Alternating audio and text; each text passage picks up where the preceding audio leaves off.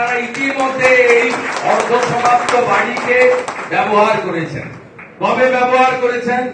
21 সালে নির্বাচনের পরে যখন ভয়ঙ্কর অত্যাচার আপনাদের উপরে হয়েছে, তখন ঘর ছাড়া কর্মীরা এখানে এসে, বাথরুম ছিল না, জল ছিল না, একটা ইটের কাঠামো ছিল, কারণ সেদিনও আমি এসেছি। জল আসে না কলে, ঝরঝরিয়ে হরদম জল কেএসবি পাম্প হলে। বিদ্যুৎ সাশ্রয়কারী জার্মান টেকনোলজিতে তৈরি কেএসবি পাম্প। জলের প্রবলেম সেটা আবার কি?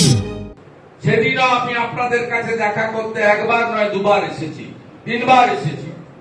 আপনাদের পঞ্চায়েত নির্বাচনের পরেও কিছু জায়গায়, বিশেষ করে গোঘাট এবং চন্দ্রকোনার কিছু এলাকা, সেখানেও হরিপালের কিছু এলাকায় আপনাদেরকে আশ্রয়হীন হয়ে শুধু বিজেপি করার জন্য, যেটা ভারতে কোথাও পাবেন না, কোন রাজ্যে হয় না, প্রত্যেকটা নির্বাচন এলে বিরোধী রাজনৈতিক দলকে টার্গেট করে ঘর ছাড়া করা, অত্যাচার করা, তাদের ব্যক্তিগত আক্রমণ করা, তাদের প্রাণ কেড়ে নেওয়া, তাদের ঘরে আগুন দেওয়া, তাদের পুকুরে বিষ দেওয়া, তাদের ফসল নষ্ট করে দেওয়া, এই জিনিস ভূভারতে কোথাও পাবেন না। এই পশ্চিমবঙ্গে তৃণমূল নামক যে আবর্জনাটা আছে, নর্দমার কীট যারা, তারা এই ব্যবস্থা চালু রেখেছে। তাই ইতিমধ্যে আপনারা আক্রান্ত কর্মীরা এই অফিসকে, অর্ধসমাপ্ত অফিসকে ব্যবহার করেছেন। তাই এই অফিসে যেমন জেলা, জোন, বিভাগের নেতারা ব্যবহার করবেন, সাধারণ সম্পাদকরা ব্যবহার করবেন, মোর্চা ব্যবহার করবেন, অনেক গুরুত্বপূর্ণ মিটিং হবে এখানে।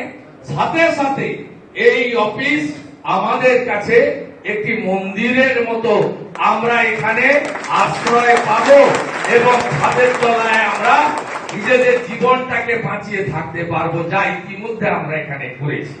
তাই এটা খুবই প্রয়োজন ছিল। আজকে সম্পূর্ণ করে শ্রী শ্রী পঞ্চমীর দিন সনাতন সংস্কৃতি মেনে আমরা পুজো করে, মা লক্ষ্মীর পুজো করে, মা সরস্বতীর পুজো করে, আমাদের হরে কৃষ্ণ মন্ত্র, কীর্তন, মৃদঙ্গ, খঞ্জনি বাজিয়ে অত্যন্ত পবিত্রতার সঙ্গে আমাদের ঐতিহ্যের মর্যাদার ভারতীয় জনতা পার্টির পতাকা তুলে আমরা আমাদের অগ্রজ প্রবীণ নেতৃত্বকে সম্বর্ধনা জানিয়ে প্রণাম নিবেদন করে এই কর্মসূচিতে অফিসকে আজকে উদ্বোধন আমরা ঘোষণা করলাম। হাইকোর্টের নির্দেশে সশস্ত্র পুলিশ পাহারায় সরস্বতী পুজো। হাইকোর্টের নির্দেশে সশস্ত্র পুলিশ পাহারায় সরস্বতী পুজো যোগেশচন্দ্র চৌধুরী আইন কলেজে। আজও পুজোর তিথি, ফাঁকা কলেজে কড়া পুলিশি পাহারা। পুলিশি পাহারায় পুজো চলছে হরিণঘাটা দাসপোলডাঙ্গা প্রাথমিক বিদ্যালয়েও। গতকাল পুলিশ পাহারায় সরস্বতী আরাধনার ছবি দেখা গিয়েছিল যোগেশচন্দ্র কলেজে। আজ বিদ্যার দেবীর আরাধনায় হরিণঘাটা স্কুলে নামল র্যাফ, লাঠিধারী পুলিশ। অন্যদিকে নন্দীগ্রামের সীতানন্দ কলেজেও চলছে পুলিশ পাহারায় সরস্বতী পুজো। পুজোর ব্রতী কে থাকবে তা নিয়ে সংঘাতের জেরে এই পদক্ষেপ। আর এই নন্দীগ্রামের সীতানন্দ কলেজের ছবি আপনাদের সামনে তুলে ধরবো। সরাসরি আমাদের প্রতিনিধি বিটন চক্রবর্তী আমাদের সঙ্গে রয়েছেন। বিটন, একইভাবে সেই ছবি দেখা যাচ্ছে যে ছবি আমরা দেখেছি যোগেশচন্দ্র চৌধুরী ল কলেজের ক্ষেত্রে, এখানেও দেখা যাচ্ছে সেই পুলিশ পাহারায় সরস্বতী পুজো হচ্ছে। ঠিক কি ব্যবস্থা নেওয়া হয়েছে? দেখো, তোমাকে জানিয়ে রাখি যে যোগেশচন্দ্র কলেজে যেরকম হাইকোর্টের নির্দেশে পুলিশ প্রহরা রয়েছে, এখানে কিন্তু সেই ধরনের আদালতের কোনো নির্দেশ না থাকলেও এই যে নন্দীগ্রামের সীতানন্দ কলেজ, সেখানে কিন্তু পুলিশ প্রহরাতেই সরস্বতী পুজো হচ্ছে। ক্যামেরা পার্সন রঞ্জনকে দেখাতে বলবো, তুমি দেখতে পাচ্ছ গেটের কাছেই কিন্তু পুলিশ কর্মীরা তারা কিন্তু মোতায়েন হয়ে রয়েছে। এবং এই যে কলেজ নন্দীগ্রাম সীতানন্দ কলেজের যে মূল ফটক, তার বাইরেই কিন্তু একটি মণ্ডপ তৈরি করা হয়েছে এবং সেই মণ্ডপে কিন্তু বাগদেবীর আরাধনা চলছে। এবং তুমি যেরকমটা বললে যে কি কারণে এখানে পুলিশ প্রহরা দিয়ে এরকম ভাবে সরস্বতী পুজো হচ্ছে, যেটা আমরা স্থানীয় সূত্র এবং ছাত্রছাত্রীদের একাংশ মারফত জানতে পারছি যে কয়েকদিন আগে গভর্নিং বডির অর্থাৎ কলেজের পরিচালন সমিতির একটি বৈঠক হয়। সেই বৈঠকে কিরকম ভাবে পুজো হবে, কারা সংকল্প করবেন অর্থাৎ কারা ব্রতী থাকবেন, সেই নিয়ে একটা কিন্তু মিটিং হয় এবং সেখানে দেখা যায় যে একজনকে ব্রতী হিসাবে ঠিক করা হয়।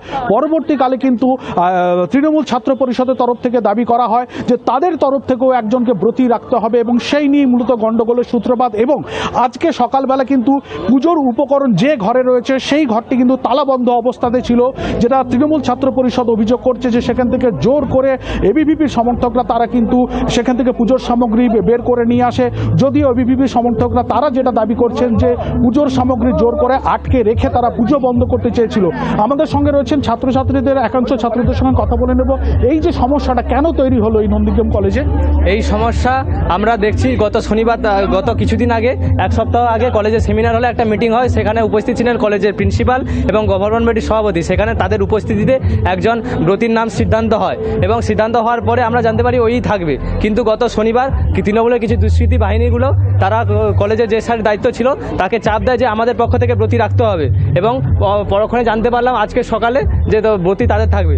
এবং আমরা স্যারকে, আমরা প্রিন্সিপাল মহাশয়কে জানাই এবং জিবির যে প্রেসিডেন্ট আছে সম্মানীয় আবু তাহের মহাশয়, অর্থাৎ আজকেও সকালবেলা কিন্তু এক প্রস্ত সমস্যা হয়েছিল। তারপর কলেজ কর্তৃপক্ষ এবং পরিচালন সমিতি তারা কিন্তু যৌথভাবে বসে এবং ছাত্রছাত্রীদের একাংশদেরকে নিয়ে বৈঠক করে। এবং তোমাকে যে ছবিটা দেখাচ্ছে আমাদের ক্যামেরা পার্সন রঞ্জন, তুমি দেখতে পাচ্ছি যে দুজন ব্রতী রয়েছেন, এমনকি দুজন পুরোহিত রয়েছেন। একই সঙ্গে যেরকমভাবে কলেজ কর্তৃপক্ষ তরফে ঠিক করা পুরোহিত ছিল, একই রকমভাবে আমরা দেখতে পাচ্ছি বাপ্পাদিত গর্গ, যিনি তৃণমূল কংগ্রেসের ব্লক সভাপতি, তিনিও কিন্তু পুরোহিতের কাজকর্ম পরিচালনা করছেন। ফলে স্বাভাবিকভাবে যে একটা কলেজে বাগদেবীর আরাধনা এবং সেই আরাধনাকে কেন্দ্র করে কিন্তু যুযুধান দুই পক্ষের মধ্যে এইরকম যে ঝঞ্ঝাট, তার জেরে পুলিশ এবং পুলিশ প্রহরাতেই কিন্তু এই নন্দীগ্রাম সীতানন্দ কলেজে সেখানে কিন্তু বাগদেবীর আরাধনা চলছে।